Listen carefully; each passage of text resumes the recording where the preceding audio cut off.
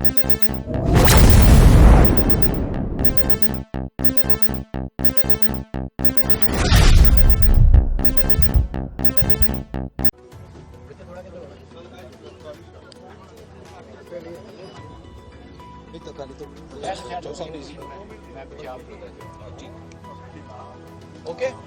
بسم اللہ کریے.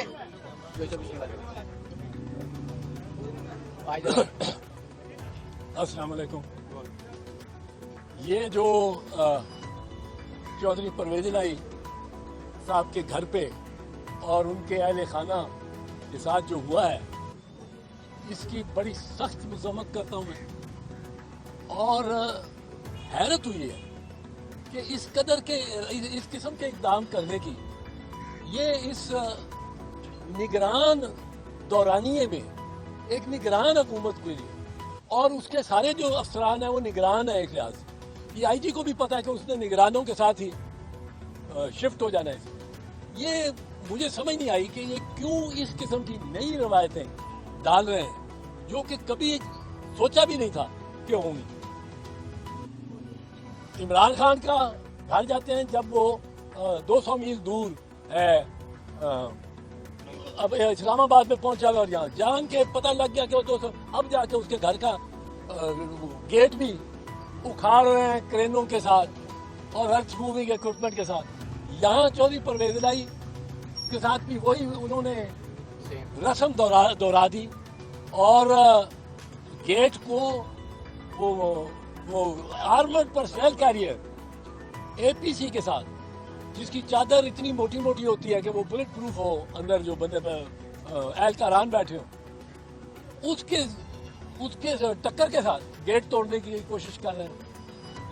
یہ جو ساری واردات پولیس کی یہ جب چلی ہے فلم میں تو اس سے لوگوں کو زیادہ آگاہی ہوئی ہے اس بربریت کی, اس فاشزم کی, اور اس سے نقصان ہوا ہے.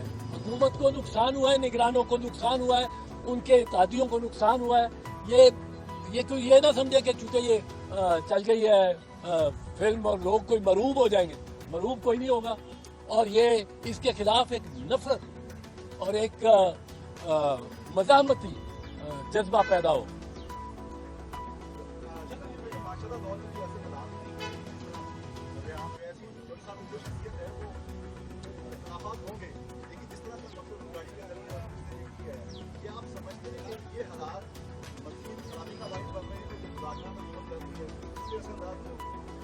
یہ ضرور مزید خرابی کا باعث بنے.